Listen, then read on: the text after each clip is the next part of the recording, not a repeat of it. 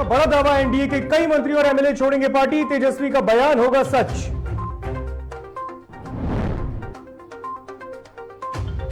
पटना पहुंचेंगे पशुपति पारस, पारस गुट ने आवागमन को लेकर की विशेष तैयारी, कई मुद्दों पर हो सकती है बैठक। दरभंगा पार्सल ब्लास्ट मामले में एनआईए की बड़ी सफलता, पटना सिविल कोर्ट पहुंची एनआईए की टीम, दोनों गिरफ्तार आतंकियों की होगी पेशी। जम्मू में पाकिस्तान सीमा पर फिर दिखा ड्रोन, बीएसएफ के जवानों ने बरसाई गोलियां, आतंकियों के मंसूबे नाकाम।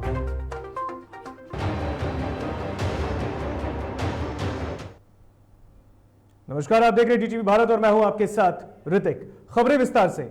बिहार में समाज कल्याण मंत्री मदन सहनी के इस्तीफे की पेशकश के बाद बिहार की राजनीति गर्मा गई है। कांग्रेस प्रवक्ता राजेश राठौड़ ने यह दावा किया है कि जेडीयू और बीजेपी के 6 से अधिक मंत्री और एमएलए पार्टी छोड़ेंगे, उसके बाद सरकार गिर जाएगी। राजेश राठौड़ ने कहा कि तेजस्वी की जो बात है वो भी सच होने वाली है, 1 से 2 महीने में नई सरकार बनेगी। वहीं राजेश राठौड़ ने पार्टी छोड़ने वालों का नाम भी बता दिया, जिसमें भारतीय जनता पार्टी के विधायक ज्ञानेंद्र सिंह ज्ञानू और मंत्री मदन सहनी का भी नाम शामिल है। आज मदन सहनी जी स्वयं मंत्री होकर इस बात को कह के चरितार्थ कर दिए और सत्य साबित कर दिए विपक्ष की बातों को कि जिस राज्य में मंत्री का नहीं सुना जाएगा उसमें भला एमपी और एमएलए को क्या सुना जाएगा। जेडीयू और भारतीय जनता पार्टी के 1 दर्जन से ज़्यादा एमएलए और मंत्री एनडीए छोड़ने वाले हैं और जब एनडीए छोड़ेंगे तो सरकार गिरेगी और सरकार गिरेगी तो माननीय तेजस्वी प्रसाद की वह बात सत्य और सर्वाधिक सत्य होगा, जिसमें 1-2 महीने में नई सरकार बनेगी और तेजस्वी प्रसाद यादव जी। और बिहार सरकार के मंत्री मदन सहनी के इस्तीफे की पेशकश के बाद सियासी हलचल तेज हो गई है। वहीं राजद के पूर्व सांसद और वर्तमान में विधायक डॉक्टर अनिल सहनी ने बिहार सरकार के मंत्री मदन सहनी के इस्तीफे की पेशकश को लेकर बयान दिया है। उन्होंने कहा कि डबल इंजन की सरकार अफसरशाही करती है और उनके मंत्रियों की कोई नहीं सुनता। भाई मदन सहनी ने नीतीश मंत्रिमंडल से इस्तीफा देने का जो पेशकश किए हैं वह आज यह दर्शाता है कि नीतीश मंत्रिमंडल में या नीतीश सरकार में गरीबों, शोषितों, उपेक्षितों, दलितों, अति पिछड़ों, अक़लियतों के लिए कोई स्थान। और पटना में बीजेपी के विधायक ज्ञानेंद्र सिंह ज्ञानू ने सरकार की पोल खोलकर रख दी है। उन्होंने मंत्रियों पर गंभीर आरोप लगाते हुए कहा कि मंत्रियों ने पैसे लेकर ट्रांसफर पोस्टिंग की है। दरअसल आपको बता दें कि जून महीने के आखिरी दिन बुधवार को सरकार के अलग अलग विभागों में बड़ी संख्या में तबादले हुए, जिसको लेकर भारतीय जनता पार्टी के विधायक ने मंत्रियों पर जोरदार हमला बोला। आपको बता दें कि बाढ़ से बीजेपी के विधायक के ज्ञानेंद्र सिंह ज्ञानू ने आरोप लगाते हुए कहा कि यह ट्रांसफर पोस्टिंग का खेल नीतीश सरकार के मंत्रियों ने खेला है और खूब पैसे बटोरे हैं। उन्होंने जो बतलाया कि हम कहाँ कितना दे के आए हैं, प्लस उस विभाग, कई विभाग के जो पदाधिकारी हैं और लोग हैं उन लोग के द्वारा जानकारी मिली, कुछ और जो रिलेटेड लोग हैं, कुछ मीडिया के द्वारा, सब तरह से तो सोर्स से जानकारी मिली। इसमें अधिकतर खास करके बीजेपी का अधिकतर मंत्री 80% मंत्रियों ने पैसा लिया, ट्रांसफर पहुंचा, डट के लिया पैसा, एकदम चेज कर के लिया, बुला के, जिसका ना पोस्टिंग करना हो रहा है उसको बुला खबर करवा के और ये करवा के सबसे वसूला गया पैसा। आरजेडी में शामिल होने जा रहे जेडीयू के पूर्व विधायक मनजीत सिंह ने अब यू टर्न ले लिया है। दरअसल मुख्यमंत्री नीतीश कुमार के साथ बैठक खत्म होने के बाद मनजीत सिंह ने कहा कि मुख्यमंत्री ने हमारी बातों को बहुत ध्यान से सुना है और अब हमारी सभी नाराजगी खत्म हो गई है। हम जनता दल यूनाइटेड में दोबारा वापसी करेंगे और संगठन को मजबूत बनाएंगे।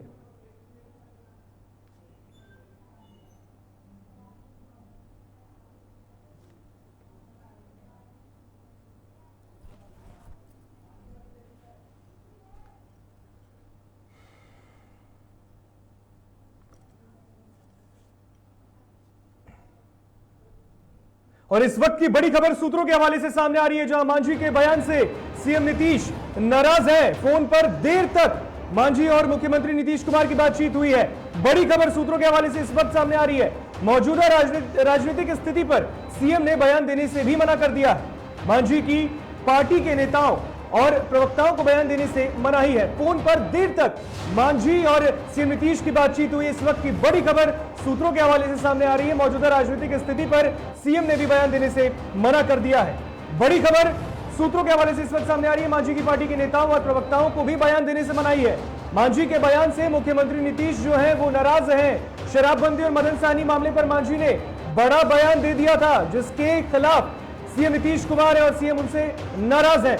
मांझी ने शराबबंदी की समीक्षा की भी बात कही थी। पूर्व सीएम जीतन राम मांझी और मुख्यमंत्री नीतीश कुमार की बातचीत हुई है। मदन सहनी के अफसरशाही वाले बयान का भी समर्थन किया है पूर्व मुख्यमंत्री जीतन राम मांझी ने। सूत्रों के हवाले से इस वक्त की बड़ी खबर सामने आ रही है। अब इस वक्त जो टीवी स्क्रीन पर देख रहे हैं, बड़ी खबर सामने आ रही सूत्रों के हवाले से। मांझी के बयान से सीएम नीतीश नाराज है। सीएम नीतीश मांझी के जो बयान है, जो उन्होंने शराबबंदी को लेकर दिया है और मंत्री मदन सहनी को लेकर दिया है, उससे खासे नाराज है। फोन पर देर तक मांझी और नीतीश की बातचीत हुई है। इस वक्त की बड़ी खबर राजधानी पटना से सूत्रों के हवाले से सामने आ रही है। मौजूदा राजनीतिक स्थिति पर भी सीएम ने बयान देने से मना कर दिया है। साथ ही साथ हम पार्टी के प्रमुख और पार्टी के नेताओं और प्रवक्ताओं को भी बयान देने से मनाही है। तो इस वक्त की बड़ी खबर सामने आ रही है।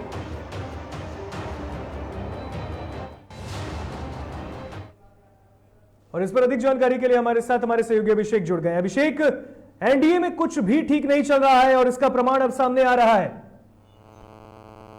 जी बिल्कुल, कुछ भी ठीक नहीं चल रहा है। और जिस तरह से ये पहला मामला नहीं है कि बिहार के पूर्व सीएम जीतन राम मांझी अपने बयान से एनडीए के अंदर भूचाल लाते रहे हों, बिहार की सियासत में भूचाल लाते रहे हों, बल्कि इससे पहले भी वो लाते रहे हैं। लेकिन जिस तरीके से शराबबंदी की समीक्षा की बात उन्होंने कही और उसके बाद मदन सहनी जो बिहार सरकार में मंत्री हैं, जेडीयू कोटे से आते हैं, और उन्होंने इस्तीफे की बात कही। कहा कि अधिकारी को छोड़िए, चपरासी भी हमारी बात नहीं सुनते, ऐसे में मैं बंगले के लिए तो मंत्री नहीं बना रहूंगा, इस्तीफा दे दूंगा। उसको लेकर उस बयान का समर्थन किया था बिहार के पूर्व सीएम जीतन राम मांझी ने और कहा था कि मदन सहनी जो कह रहे हैं वो ठीक कह रहे हैं। और इसके बाद राजनीति और गर्मा गई थी, क्योंकि जो पूर्व सीएम जीतन राम मांझी है, उनके पुत्र भी बिहार सरकार में मंत्री हैं और इसको कई तरीके से जोड़कर देखा जा रहा था। इसके अलग राजनीतिक मायने निकाले जा रहे थे। और एक जो बात आपने कही कि एनडीए में कुछ भी ठीक नहीं चल रहा है, दरअसल एनडीए में ही नहीं, सरकार में भी कुछ भी ठीक नहीं चल रहा है। और जिस तरह के बयान, दो बयान, शराबबंदी की समीक्षा वाले बयान और फिर मदन सहनी के बयान का समर्थन किया जीतन राम मांझी ने, उससे सीएम नीतीश कुमार नाराज हैं। और अभी से थोड़ी देर पहले हमारे सूत्रों ने हमें जो जानकारी दी है, 11 मिनट तक बिहार के सीएम नीतीश कुमार और बिहार के पूर्व सीएम जीतन राम मांझी के बीच बातचीत हुई है। और मुख्यमंत्री की तरफ से ये निर्देश मिला है या फिर ये सलाह दी गई है जीतन राम मांझी को कि इस तरह के बयान न दिए जाएं, इस तरह के। चलिए अभिषेक, एक सवाल ठीक नहीं है। बिल्कुल बिल्कुल। और इस वक्त की एक्सक्लूसिव खबर डीटीवी भारती आपको दिखा रहा है। ये सूत्रों के हवाले से जो बड़ी खबर सामने आई है कि मांझी और सीएम नीतीश की बातचीत हुई है और साथ ही साथ सीएम नीतीश उनके बयान से खासे नाराज चल रहे हैं। अभिषेक, एक सवाल का जवाब और दें। जीतन राम मांझी ने कहा था कि हम ओछी राजनीति नहीं करते, हम राजनीति साफ सुथरी करते हैं। जब वो मुख्यमंत्री भी थे, उन्होंने तमाम तरीके की बातें कही। जब वो सीएम थे, एक जानकारी और हम अपने दर्शकों को दे रही थी कि बिहार के पूर्व सीएम जीतन राम मांझी की जो पार्टी है हिंदुस्तानी आवाम मोर्चा, उनके तमाम नेताओं को, प्रवक्ताओं को न सिर्फ मौजूदा राजनीतिक घटनाक्रम पर बोलने के लिए मना कर दिया गया है, इन बयानों पर एक सवाल का जवाब दे। आखिर बोलने क्यों नहीं दिया जा रहा है? जब मांझी कह रहे हैं कि हम बोलते हैं, जो बिहार के हालात है उसको हमेशा सीएम नीतीश कुमार जो बिहार के मुखिया है उनके सामने लाने का काम करेंगे। अगर हम एनडीए में हैं तो ऐसा थोड़ी है कि अगर आप ताल से ताल बजाएंगे तो हम भी बजाएंगे। अगर बिहार की स्थिति ठीक नहीं है तो हम उसको अवगत कराएंगे सीएम नीतीश से। बिल्कुल, इस पूरे मामले पर जीतन राम मांझी बैकफुट पर हैं, क्योंकि नीतीश कुमार नाराज बताए जा रहे हैं और नीतीश की नाराजगी से कह सकते हैं कि जीतन राम मांझी बैकफुट पर चले आए हैं। और पार्टी के प्रवक्ताओं को या आप कह सकते हैं कि जीतन राम मांझी के घर पर मीडिया की एंट्री तक बैन कर दी गई है। ये भी बहुत जिम्मेवारी के साथ हम ये खबर दिखा रहे हैं, बता रहे हैं कि पूर्व सीएम मांझी के घर पर मीडिया की एंट्री बैन कर दी गई है। और तमाम तरह की जो खबरें हैं वो ये है, टीवी पैनल पर जो पार्टी के प्रवक्ता हैं इन विषयों को लेकर बात नहीं करेंगे, ये भी खबर सामने आ रही है हमारे सूत्रों के हवाले से। और देर तक बातचीत हुई है इस पूरे मामले को लेकर। बातचीत चली ना, 10 मिनट की, 11 मिनट की जो बातचीत हुई, इस बातचीत में अगर हम बताएं तो मांझी से मुलाकात तेज प्रताप भी करते हैं। तेजस्वी जब पटना आते हैं तो कहते हैं सरकार गिर जाएगी। उसके बाद से मदन सहनी इस्तीफे की पेशकश कर देते हैं। अब मांझी उसका समर्थन कर देते हैं। कुछ भी ठीक नहीं चल रहा। बिल्कुल कुछ भी ठीक नहीं चल रहा है। और जिस तरह से जीतन राम मांझी के तेवर रहे हैं, जिस तरह से वो बयान देते रहे हैं, सीधे पीएम मोदी की तस्वीर को लेकर आपत्ति जताते हैं, बीजेपी से भिड़ जाते हैं, फिर बाद में दिल्ली जाते हैं, अमित शाह से मुलाकात करते हैं, जेपी नड्डा से मुलाकात करते हैं, नीतीश कुमार का जो सबसे बड़ा फैसला है शराबबंदी, उसकी समीक्षा की बात करते हैं, मदन सहनी जो इस्तीफे की बात करते हैं, अफसरशाही की बात करते हैं, उनके बयान का समर्थन करते हैं। तो उनका जो तेवर रहा है उससे लगातार ये लगता रहा है कि सब कुछ ठीक नहीं है एनडीए में भी और सरकार में भी। अभिषेक, बिल्कुल अभिषेक जी, कांग्रेस भी दावा कर रही है कि कई विधायक और कई मंत्री जो है वो भी अब आरजेडी का दामन थामेंगे या फिर विपक्ष में जाएंगे। अब बिल्कुल, देखिए कांग्रेस ने 2 नेताओं को लेकर दावा किया है, मदन सहनी को लेकर दावा किया है और बीजेपी विधायक ज्ञानेंद्र सिंह ज्ञानू को लेकर दावा किया है। मदन सहनी को लेकर दावे का आधार यही है कि मदन सहनी का मोह भंग हुआ है मंत्री पद से। अब सवाल यह है कि सिर्फ मंत्री पद से मोह भंग हुआ है इसलिए कि उनकी नहीं सुनी जा रही थी, वो कह रहे हैं चपरासी भी नहीं सुन रहे थे, या फिर वाकई उन्होंने किसी दूसरे विकल्प पर सोचना शुरू कर दिया है, वाकई जी उनको महागठबंधन में लाने की, महागठबंधन के पाले में लाने की कोशिश हो रही है। दूसरे ज्ञानेंद्र सिंह ज्ञानू जो बीजेपी के विधायक हैं, लगातार अपनी ही पार्टी अपनी ही सरकार पर सवाल उठाते रहे हैं, मंत्री नहीं बनाए जाने से नाराज थे और कल ही उन्होंने भ्रष्टाचार का आरोप लगाया है अपनी ही सरकार पर। बिल्कुल अभिषेक, तमाम जानकारी के लिए बहुत बहुत शुक्रिया। तो सूत्रों के हवाले से इस वक्त की बड़ी खबर सामने आ रही है कि सीएम नीतीश और जीतन राम मांझी के बीच मिनटों बात चली है, 10 मिनट के आसपास उनकी बातचीत चली है। मौजूदा राजनीतिक स्थिति पर भी सीएम ने बयान देने से इनकार कर दिया है। साथ ही साथ हिंदुस्तानी अवाम मोर्चा के नेता, प्रवक्ता, सबको बयान देने से मनाही की गई है, उनके प्रमुख को भी। आपको बता दें कि जीतन राम मांझी की जो बयान उन्होंने दिया है, शराबबंदी की समीक्षा और मदन सहनी की इस्तीफे की जो मांग उन्होंने की थी, जो पेशकश उन्होंने की थी, उसका भी समर्थन कर दिया। यानी कि उनका भी कहना है जीतन राम मांझी का कि बिहार में अफसरशाही है, मंत्रियों की बात नहीं सुनी जाती।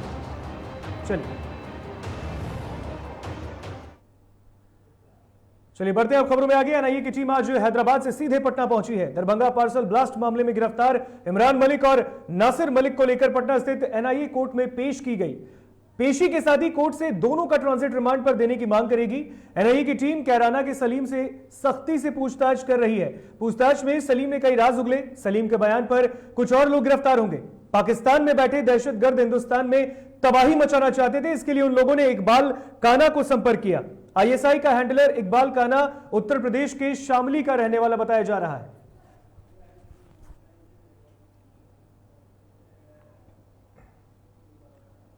खबरें आगे और भी हैं, लेकिन यहां रुकेंगे एक छोटे से ब्रेक के लिए, कहीं मत जाइएगा।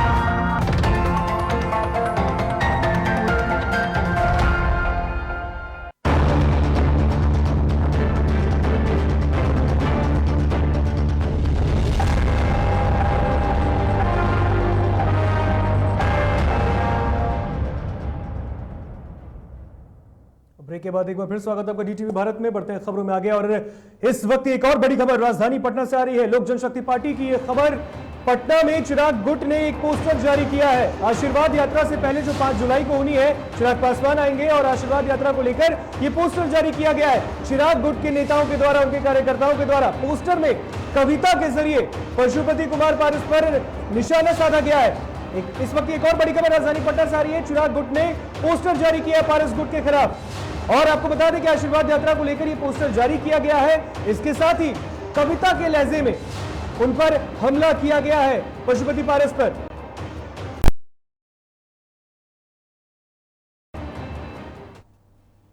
और इस पर अधिक जानकारी के लिए एक बार फिर से हमारे सहयोगी अभिषेक हमारे साथ जुड़े हैं। अभिषेक, पासवान जी के चिराग तूने कर दिया कमाल, ये कविता अब कही जा रही है चिराग गुट के द्वारा।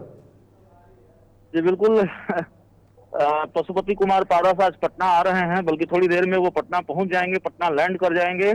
और उनके पटना लैंडिंग से पहले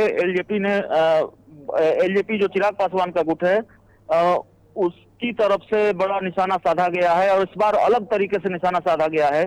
दरअसल ये पोस्टर अभी पटना में नहीं लगाए गए हैं, शायद पटना में लगाए भी जाएं, लेकिन सोशल मीडिया पर ये जो पोस्टर है ये खूब वायरल है और कविता के जरिए निशाना साधा गया है, जिसमें ये कहा गया है कि चाचा पशुपति कुमार पारस का हुआ ये हाल और तमाम बातें कही गई हैं कि मंत्री बनने के लिए आतुर थे। जो बातें इस पोस्टर में लिखी गई हैं वो हम आपको पढ़कर बता देते हैं, हमारे दर्शक भी देख पा रहे हैं। दर्शकों तक लिखा गया है को पहुंचाइए। पासवान के चिराग तूने कर दिया कमाल, पोल भी खुली उल्टी पड़ी चाचा की चाल, देखो कैसे मंत्री बनने के लिए मचल रहे हैं, दूसरी तरफ बंगले में लाखों चिराग जल रहे हैं, मंत्री के ख्वाब वाले बंडी की तकदीर में खूटी है, बताइए राम और हनुमान की जोड़ी कब टूटी है। तो दरअसल देखिए इस पूरे पोस्टर में ये बताने की कोशिश है कि राम और हनुमान की जोड़ी नहीं टूटेगी, चिराग पासवान और बीजेपी का साथ नहीं छूटेगा। और अगर पशुपति कुमार पारस मंत्री बनना चाहते हैं तो उनके मंत्री बनने का सपना अधूरा रह जाएगा। चलिए बिल्कुल अभिषेक, यानी कि हनुमान को अभी राम से उम्मीद है। बिल्कुल, और दूसरी तरफ यह भी इस पोस्टर में बताने की कोशिश की गई है कि कैसे चाचा पशुपति कुमार पारस ने खेल किया और ये खेल उन पर उल्टा पड़ गया है। और आपको बता दें कि पशुपति कुमार पारस का एक बयान भी आया है कल, उन्होंने कहा है कि चिराग पासवान अगर अहमदाबाद जाकर मिलते हैं बीजेपी नेता से तो इसलिए मिलते हैं कि मैं मंत्री न बन पाऊं। तो बिल्कुल अभिषेक, एक सवाल है, कुछ बताने की कोशिश की गई है। अभिषेक एक सवाल है, 2 बार पटना पहुंचने वाले, एक बार इससे पहले पटना आ चुके हैं और आज भी पटना पहुंचने वाले पशुपति पारस, और चिराग 5 जुलाई को बिहार आएंगे। हाजीपुर से शुरुआत करेंगे, उनके पिता की स्वर्गीय रामविलास पासवान जी की संसदीय क्षेत्र रहा है वो, वहां से वो शुरुआत करेंगे अपने आशीर्वाद यात्रा का। और उससे पहले पशुपति पारस एक बार फिर पटना आते हैं। इससे पहले चिराग गुट के जो नेता है वो 2 बार चिराग पासवान के आवास पर पटना में बैठक करते हैं, हलचल तेज है।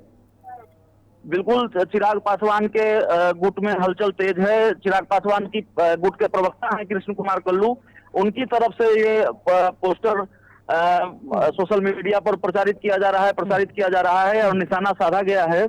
और जाहिर तौर पर एक पोस्टर और आपको देखने को मिला था जिसमें हनुमान बताया गया था चिराग पासवान को और राम बताया गया था बिहार की जनता को। तो ये पोस्टर वार भी शुरू हो गया है। चाचा पशुपति कुमार पारस और चिराग पासवान के बीच जो लड़ाई चल रही है, जो जंग चल रही है, और आज जब पशुपति कुमार पारस पटना लैंड करने वाले हैं अब से कुछ मिनटों में, इस वक्त जब हम लोग बात कर रहे हैं, तो इस तरीके से चिराग गुट की तरफ से उनका वेलकम किया गया है इस पोस्टर के जरिए। बिल्कुल नए अंदाज में, नायाब अंदाज में कविता के जरिए निशाना साधा जा रहा है। तो जाहिर तौर पर ये अलग तरह की राजनीति है और ये संकेत है कि जब चिराग पासवान भी पटना में होंगे, पशुपति कुमार पारस भी पटना में होंगे, तो दोनों के बीच किस तरह की दिलचस्प सियासी लड़ाई देखने को मिलेगी। बिल्कुल, पारस गुट के जो नेता है वो लगातार दावा कर रहे हैं कि चिराग को बंगला खाली करना पड़ेगा।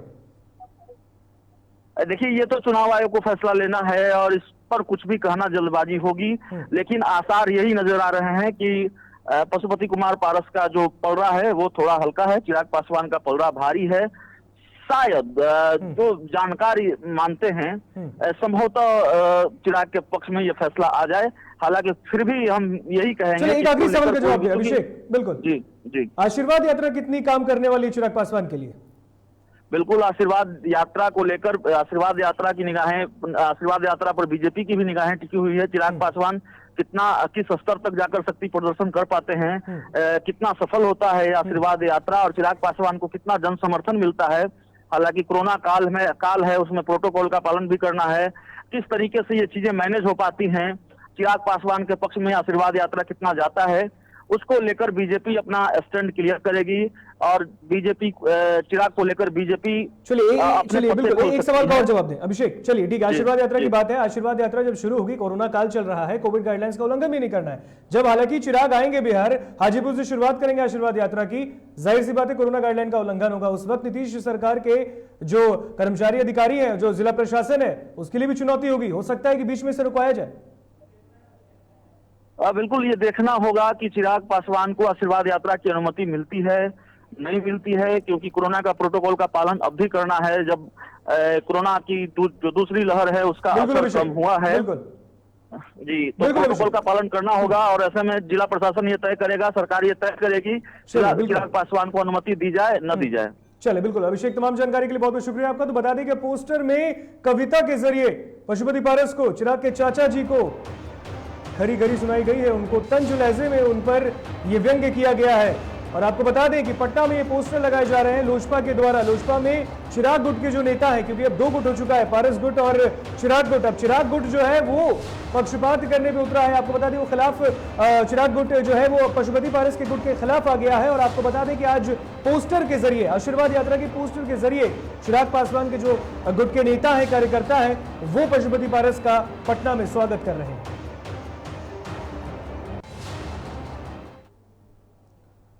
और डुमरांव नगर परिषद की मनमानी चरम पर है। यह कार्यालय ना तो अपने विभाग के आदेश का पालन करता है, ना ही राष्ट्रीय हरित अधिकरण यानी कि एनजीटी के नियमों का पालन कर रहा है। आदेश के बाद भी नगर परिषद कूड़े के काव नदी और भोजपुर राजवाह में फेंकते जा रहा है तथा उक्त स्थलों से निष्पादन की प्रक्रिया नहीं की जा रही, जिससे दोनों स्थलों का अस्तित्व विहीन होते जा रहा है। नगर परिषद की लापरवाही और मनमानी का नतीजा ही इस मार्ग के लोगों का आना जाना है दुर्लभ कर दिया है। जबकि राजवाह नहर से किसान अपने खेतों में पानी लेने जाते हैं। गर्मी के दिनों में पशु पक्षी अपनी प्यास इस नहर में बुझाते थे, लेकिन नगर परिषद के कारण सब बेमौत मर रहे हैं, जिसका जिम्मेदार डुमरांव नगर परिषद की विधि व्यवस्था है। जैसा कि मामला संज्ञान में आया है, वहाँ कूड़ा जो था उसको हटाया जा रहा है। कल भी हटाया गया, जेसीबी लगाया गया था, आज भी हट रहा है। हम लोग इसको 1 सप्ताह में हटवा देंगे। तो लोक शिकायत में एक आवेदन दिया गया था, एक प्रतिवेदन दिया गया था, जिसके जवाब में नगर परिषद द्वारा यह कहा गया कि वहाँ से कूड़े की सफाई करा दी गई है। तो इसका मतलब कि सर नगर परिषद द्वारा झूठा ये रिपोर्ट दिया गया। तो उस रिपोर्ट को देखेंगे, हम देखने के बाद बता पाएंगे। ऐसे कूड़ा को हटवाया जा रहा है और हटा दिया जाएगा वहाँ से। रोहतास के सासाराम में कड़ाही के गर्म तेल में गिरने से एक महिला झुलस गई, जिसकी इलाज के दौरान मौत हो गई है। मृतका औरंगाबाद जिला के मदनपुर की बताई जा रही है। फिलहाल शव को कब्जे में लेकर पोस्टमार्टम के लिए भेज दिया गया है और पुलिस मामले की जांच कर रही है। मेरा भाई सेव पेर रहे थे और ये चलाते हैं सेव कड़ाही में, और कड़ाही ज़्यादा तब गया था तो लहरने लगा। तो ये सोचे कि हम सोच करके उतार देते हैं। उतारे से गोड़ा इनका पिछल गया से है, यहाँ मुंह पर गिरा, यहाँ से यहीं जलन है बस। कब घटना हुआ था ये? कल सुबह 7:30 बजे। कौन गांव में? मदनपुर। पूर्णिया में अपराधियों का मनोबल दिन पर दिन बढ़ता जा रहा है। लगातार दूसरे दिन भी अपराधियों ने गोलीबारी की घटना को अंजाम दिया। काटपुल कस्बा के पास बाइक पर सवार 3 नकाबपोश बदमाशों ने एक मक्का व्यापारी को गोली मारकर 3,70,000 नगद और एक मोबाइल लूट लिया। विरोध करने पर बदमाशों ने व्यवसायी को गोली भी मारी है। इसमें व्यवसायी गंभीर रूप से जख्मी है। लूटपाट के दौरान हथियार लहराते हुए सभी अपराधी फरार भी हो गए। आनंद फानन में घायल को इलाज के लिए सदर अस्पताल लाया गया, जहां उसका इलाज चल रहा है। मंडी से आ रहे थे मकई बेच के और काटपुला के पास आए, वहाँ बदमाश आए अपाची से, हम लोग बाइक से थे। वहाँ उधर से आने के बाद जो है गोली मार दिया। गोली जो है इसके राजीव के ऊपर मार किए और गोली मारे इसको। कहाँ से आ रहे थे? हम लोग आ रहे थे वहाँ से, मंडी से। और बगहा में भारी बारिश के कारण रतवल धनहा मुख्य मार्ग ध्वस्त हो गई है, जिसके बाद से बिहार उत्तर प्रदेश को जोड़ने वाली मुख्य मार्ग ध्वस्त हो गई। मुख्य मार्ग ध्वस्त होने से पश्चिम चंपारण के कई प्रखंड का संपर्क जिला मुख्यालय से टूटा है। सड़क टूटने से वाहनों की लंबी कतार लग गई है, जिसके बाद सड़क मरम्मत कार्य में जिला प्रशासन जुट गई है।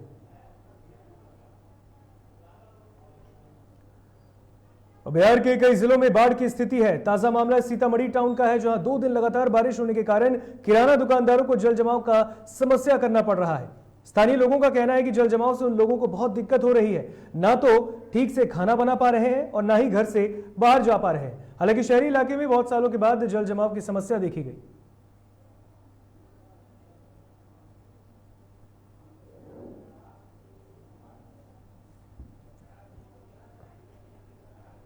नालंदा के पचासा गांव में एक अंधविश्वास का मामला सामने आया है, जहां सांप के काटने से महिला की मौत हो गई, लेकिन उसे जड़ी बूटी और झाड़ फूंक के माध्यम से जिंदा करने का प्रयास किया जा रहा था। गौरतलब है कि महिला मुल्की देवी सुबह 5 बजे अपने घर में काम कर रही थी और इसी दौरान घर के अंदर छुपे सांप ने उसे काट लिया। हालांकि परिजनों के द्वारा तुरंत महिला को इलाज के लिए सदर अस्पताल लाया गया, जहां उसकी मौत हो गई, जिसके बाद परिजनों ने महिला को उसके घर पर लाकर इधर उधर की बातों को सुनकर झाड़ फूंक करने लगे और मृत महिला को जिंदा करने की कोशिश करने लगे।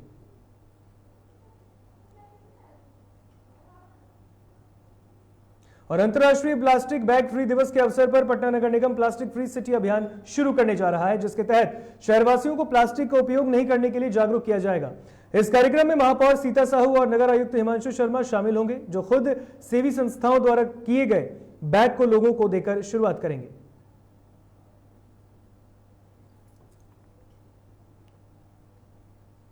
बोकारो के चास में सदर अस्पताल की बदतर स्थिति देखने को मिली है, जहां मरीज का सही देखभाल न होने पर कैबिनेट मंत्री चंपाई सोरेन का हस्तक्षेप करना पड़ा।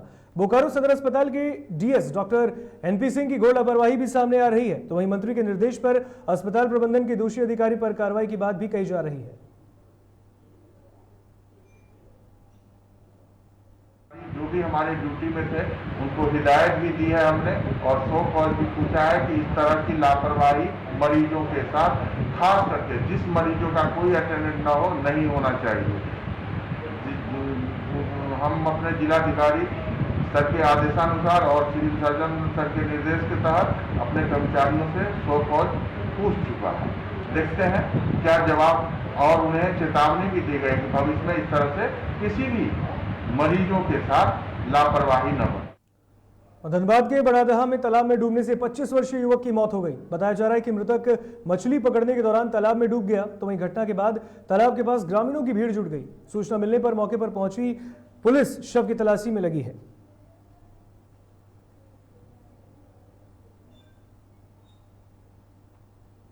जम्मू में दुश्मनों का ड्रोन साजिशें जारी है और शुक्रवार को तड़के अंतर्राष्ट्रीय सीमा के पास एक बार फिर ड्रोन देखा गया। खतरे को देखते हुए मौजूद सीमा सुरक्षा बल बीएसएफ के जवानों ने ड्रोन पर गोलियां बरसाई। बीते रविवार को एयरफोर्स स्टेशन पर भी हुए धमाके के बाद यह 5वां मौका है जब इलाके में अनजान ड्रोन को देखा गया।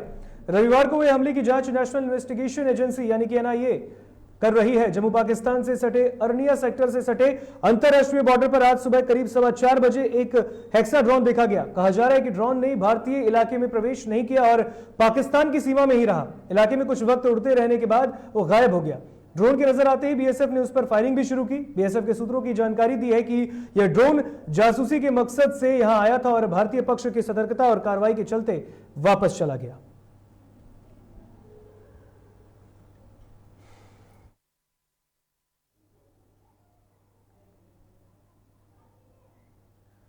तो बीएसएफ जवानों ने गोलियां चलाई। आपको बता दें कि लगातार 5वीं बार ड्रोन देखा गया जम्मू कश्मीर के बॉर्डर के पास। ये आपको बता दें कि इंडिया पाकिस्तान बॉर्डर पर इसे देखा गया है, जहां पर बीएसएफ जवानों ने जब बीती रात इस ड्रोन को देखा तो उस पर गोलियां बरसानी शुरू कर दी।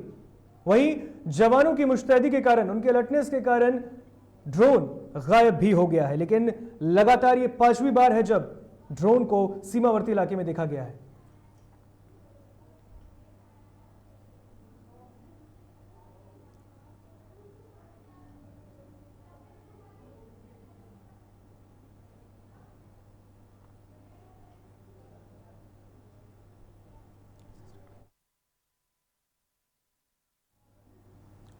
और एनआईए की टीम आज हैदराबाद से सीधा पटना पहुंची है। दरभंगा पार्सल ब्लास्ट मामले में गिरफ्तार इमरान मलिक और नासिर मलिक को लेकर पटना स्थित एनआईए कोर्ट में पेशी के लिए ले जाया जा रहा है, जिसकी एक्सक्लूसिव तस्वीर हम आपको इस वक्त दिखा रहे हैं। राजधानी पटना से डीटीवी भारत पर आप एक्सक्लूसिव तस्वीर देख सकते हैं। दोनों आतंकियों को सिविल कोर्ट पेशी के लिए ले जाया जा रहा है। एनआईए की टीम ने हैदराबाद से दोनों आतंकियों की गिरफ्तारी की थी। पूछताछ में कई बातें सामने आई और अब उन्हें हैदराबाद से पटना लाया गया है, जहां पटना के सिविल कोर्ट में उनकी पेशी होने वाली है, जिसकी एक्सक्लूसिव तस्वीर सिर्फ और सिर्फ डीटीवी भारत आपको इस वक्त आपके टीवी स्क्रीन पर दिखा रहा है। पटना की ये सीधी तस्वीर हम आपको दिखा रहे हैं, जहां पर दोनों आतंकियों को गिरफ्तार कर लिया गया है और आज कोर्ट में उनकी पेशी होगी। उनसे तमाम जानकारी ली जाएगी और दोनों आतंकियों को हैदराबाद से सीधा पटना लाया गया है। दरभंगा ब्लास्ट मामले में, पार्सल ब्लास्ट मामले में दोनों की गिरफ्तारी हैदराबाद से की गई है, जिसके बाद एक्सक्लूसिव तस्वीर हम आपको दिखा रहे हैं। पटना के सिविल कोर्ट लाया गया दोनों आतंकियों को, जिन्हें आज कोर्ट में पेशी के लिए ले जाया जा रहा है।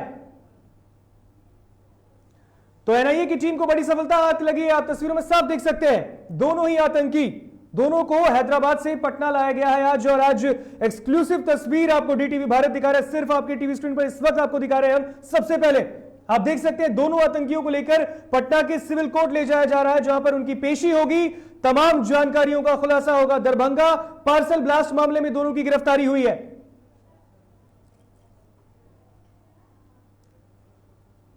फिलहाल बुलेटिन में इतना ही, हमें दीजिए इजाजत, देखते रहिए डीटीवी भारत। नमस्कार।